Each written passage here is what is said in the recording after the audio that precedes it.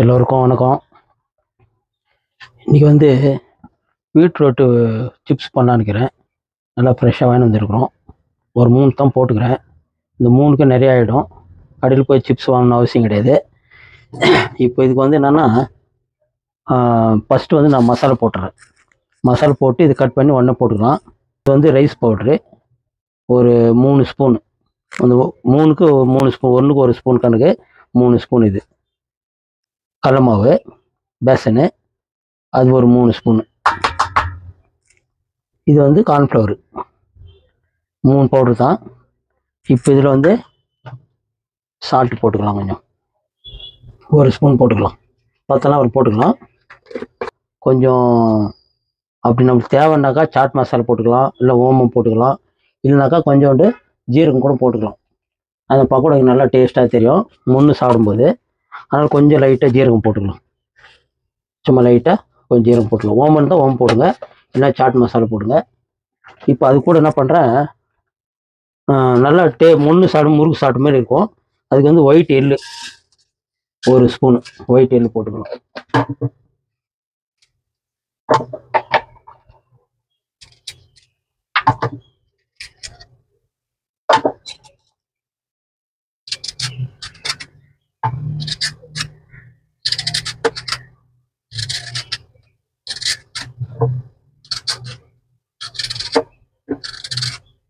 இது 3 சீவாச்சு.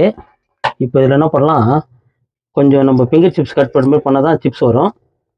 இது வந்து எந்த மாடலில் வேணாலும் கட் பண்ணிக்கங்க. பாருங்கள், கொஞ்சம் அவ்வளோ ரொம்ப திக்காகவும் வேணும், ரொம்ப மெலிசாக வேணும். அந்த மாதிரி கட் பண்ணிக்கலாம். இப்போ இது ஃபிங்கர் சிப்ஸ் கட் பண்ணுற மாதிரி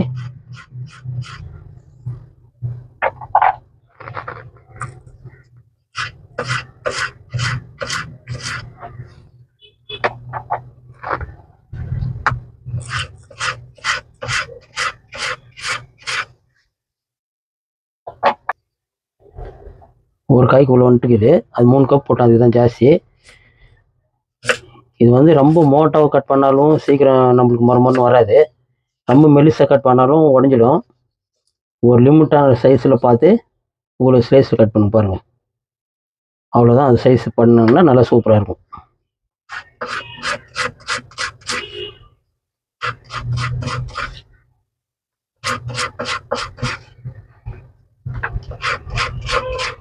அது சில பேருக்கு பீட்ரூட் பிடிக்காது. நம்ம பீட்ரூட் வாங்கணும் ஒதுக்கூடாது. இந்த பீட்ரூட்டை வந்து நம்ம நைட்டில் வந்து ஒரு இந்த மாதிரி ஸ்லைஸ் வெட்டிட்டு ஒரு ஜக்குலையோ இல்லை ஒரு பவுல்லையோ அது வந்து ஊற வச்சுட்டு காலையில் எழுந்துச்சி பெரும் போதில் அந்த தண்ணி குடிச்சாலும் போதுமா, பிளட்டு நல்லா கிளியர் ஆகுமா. பீட்ரூட் இருக்கிற பவர் வேறு யாருக்கும் தெரியறதில்ல. பீட்ரூட் கலர் பாருங்கள், அதான் பிளட்டு மாதிரி இருக்குது இல்லையா, பிளட்டுக்கு ரொம்ப நல்லதான் இது. நீங்கள் வந்து இதை நைட்டில் தண்ணியில் போட்டு அந்த தண்ணி வந்து நல்லா ஃபுல்லாக ரத்தம் மாதிரி ஆகிடும். அதை எடுத்து அப்படியே யூஸ் பண்ணி குடிக்கலாம். வேறு அதில் எதுவும் போடக்கூடாது. இப்போ இதெல்லாம் கட் பண்ணி வச்சு இது ஒரு டைம் கழுவிடுறேன். அது தண்ணி ஊற்றாதவே இந்த தண்ணி கழுவுன தண்ணியோட அப்படியே போட்டலாம். ஒரு 3க்கு இவ்வளோ ஜாஸ்தி ஆகிட்டுக்குது. இப்போ இது ஃபஸ்ட்டு அப்படியே கட்டிக்கலாம். நம்ம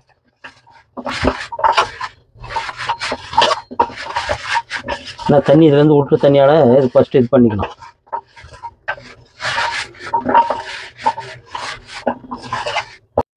நான் பாருங்கள், 1 ஸ்பூனு,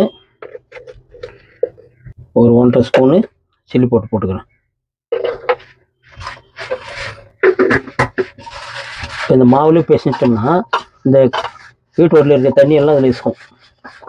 இசுச்சுனாக்கா நம்மளுக்கு தேவைப்பட்ட தண்ணி கொஞ்சம் லைட்டாக தெளிச்சுட்டு அவ்வளோ போனால் குளம்னு ஆச்சுனாக்கா மொரன்னு வராது. இது வந்து இப்போ இந்த மாவில் ஃபுல்லாக பேசிட்டோம். இப்போ பாருங்கள் ரெட்டாக தெரியுது. இப்போ இதுக்கு தகுந்த தண்ணி கொஞ்சம் லைட்டாக தெளிச்சுக்கிறேன். இருங்க, லைட்டாக தண்ணி தெளிச்சுட்டு இப்போ இது வந்து கொஞ்சம் அப்படியே லைட்டாக அப்படி கட்டிக்கலாம். ஆனால் சைஸ் வந்து நம்ம ஃபிங்கர் சிப்ஸ் கட் பண்ண மீடியமாக இருக்கணும். பாருங்கள்,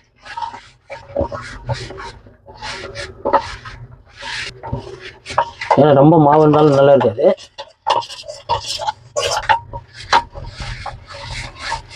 கொஞ்சம் இந்த மிக்ஸ் பண்ணுறதுக்கு பாத்திரம் வந்து நமக்கு பெருசாக இருக்கணும். குட்டியாக இருந்துச்சுன்னா எல்லாம் உடையும். லைட்டாக அந்த மாதிரி பெரிய பாத்திரம் இருந்தால் தான் கரெக்டாக இருக்கும். இதுக்கு தண்ணி இதுக்குள்ளே போதும். ஏன்னா கடல மாவு கான்ஃப்ளவர் தான் தண்ணி வந்து ரொம்ப ஊற்றிடணும், குழம்பு ஆகிடும். எல்லாம் கரெக்டாக இருக்குது. 3 ஸ்பூன் போட்டுருக்குறேன். இதுக்கு மேலே மாவு வச்சுன்னா நல்லா இருக்காது. சிப்ஸ் அப்புறம் வேறு மாதிரி இருக்கும், தனித்தனியாக அப்படியே இருக்கிற மாதிரி. இது வந்து ரொம்ப நேரம் ஊறவெல்லாம் வைக்கணும் அவசியம் கிடையாது. ஏன்னா ஊறுச்சுன்னா இப்போ இது ஊற என்ன பண்ணாக்கா தண்ணி இதில் விட்டுனே இருக்கும், குழம்புலாம் ஆகிடும். இது மிஸ் பண்ண உடனே டக்குன்னு போட்டணும். இப்போ வந்து எண்ணெய் ஸ்பீடில் வச்சிடலாம். இப்போ எண்ணெய் சூடாச்சுன்னு தெரியல, ஒன்று விட்டு பார்க்கலாம். ஏன்னா முன்னே வச்சுருந்தேன்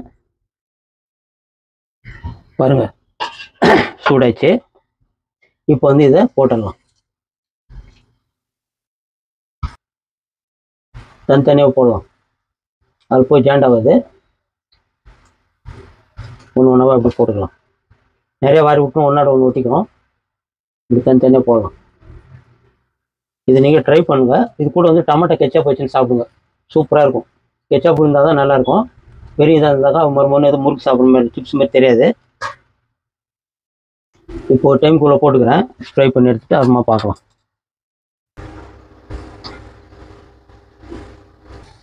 பாருங்கள், இப்போ பாதி ஃப்ரை ஆயிடுச்சு, இன்னும் கொஞ்சம் ஆகணும். நல்லா மொறு வந்தால் தான் சிப்ஸ் ஆகிடும். இன்னொன்று கேரட்டு பீட்ரூட்டு இது 2 வந்து முள்ளங்கி. இது வந்து அப்படியே பச்சை சாப்பிடலாம். கேபேஜி இதெல்லாமே பச்சை சாப்பிட்ற பொருள், உடம்புக்கு வந்து நல்ல உடம்பு சத்து கொடுக்குற பொருளுங்க இதெல்லாம். ஆனால் சில பேர் சாப்பிட மாட்டாங்க. கொஞ்சம் கருவேப்பிலை வந்து போட்டோம்னா வாசனை நல்லா கம்மன்னு இருக்கும், சாப்பிடும்போது டேஸ்ட் கொடுக்கும். இது மேலே எண்ணெயிலே போட்டுடலாம். பாருங்கள், நல்லா பச்சை அந்த கருவேப்பிலை போட ஷோக்கு இல்லை, கருவேப்பிலையும் சாப்பிடணும். பாருங்கள், இது போட்டோன்னே வாசனை குமாய்க்குது. இப்போ நான் வீட்டுக்கு நன்றதுனால சாட் மசாலா வாங்கி போட்டேன். ஆனால் அந்த ஓமம் போட்டோம்னாக்கா இன்னும் 2 டேஸ்ட் கொடுக்கும், முன்னே சாப்பிடும் முறுக்கு தோன்ற மாதிரி இருக்கும். இப்போ நீங்களே வந்து சாப்பிட்ற மாதிரி தோண்டும். இந்த கருவேப்பிலை மட்டும் இந்த மாதிரி பாதி வேக்காடாகணும் கூட இதில் போட்டோம்னா நல்ல வாசனை வரும், சூப்பர் வாசனை கொடுக்குது. இப்போ அப்படியே எடுத்து தோணலாமான்னு தோண்டுது, எனக்கு நாக்கில் வச்சு வருது. நீங்கள் இதை ட்ரை பண்ணிவிட்டு பசங்களுக்கு ஸ்கூல் கொடுத்து அனுப்புங்க. பீட்ரூட் யார் சாப்பிட்லான்னு சரி, நெக்ஸ்ட் டே வந்து டேடி மம்மி எனக்கு இது பண்ணி கொடு அப்படின்னு சொல்கிற அளவுக்கு ஆகிடுவீங்க. அப்புறம் டெய்லியும் வீட்டில் இதான் செய்ய வேண்டியதாகிடும், அவ்வளோ ஒரு டேஸ்ட் இது. அப்புறம் கலர்லாம் சூப்பராக இருக்குது. இதுக்கு மேலே விட்டோம்னாக்கா பிளாக் ஆகிடும். இந்த மாதிரி பீட்ரூட் சிப்ஸை நீங்கள் பார்த்தே இருக்க மாட்டீங்க.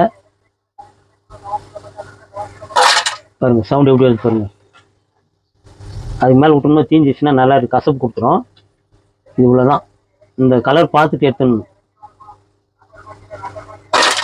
பாருங்கள், கல் உயர இடி நம்ம ஐஸ் கட்டி உயர மாதிரி கேட்குது சவுண்டு போடும்போது.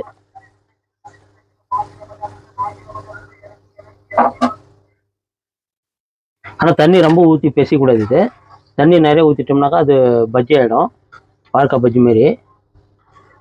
நல்லா தண்ணி கம்மியாக ஊற்றி பலன்னு போட்டால் தான் கிளீனாக இருக்கும். பாருங்கள், கலர்னா சூப்பராக இருக்குது பாருங்கள். முறுக்கு சாப்பிட்ற சவுண்டில் கேட்குது.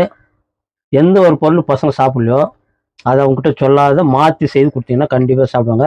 நீங்களும் ட்ரை பண்ணுங்கள். இந்த கருவேப்பிலை இதில் போட்டுக்கிட்டு வந்து விசில் அடிக்கிறதுல பாருங்கள், அதே ஒரு சிப்ஸ் மாரி மொறு சவுண்டு இருக்குது. எதுவுமே வேஸ்ட் பண்ணக்கூடாது. ட்ரை பண்ணுங்கள். எல்லாருக்கும் வணக்கம், பாய் பாய்.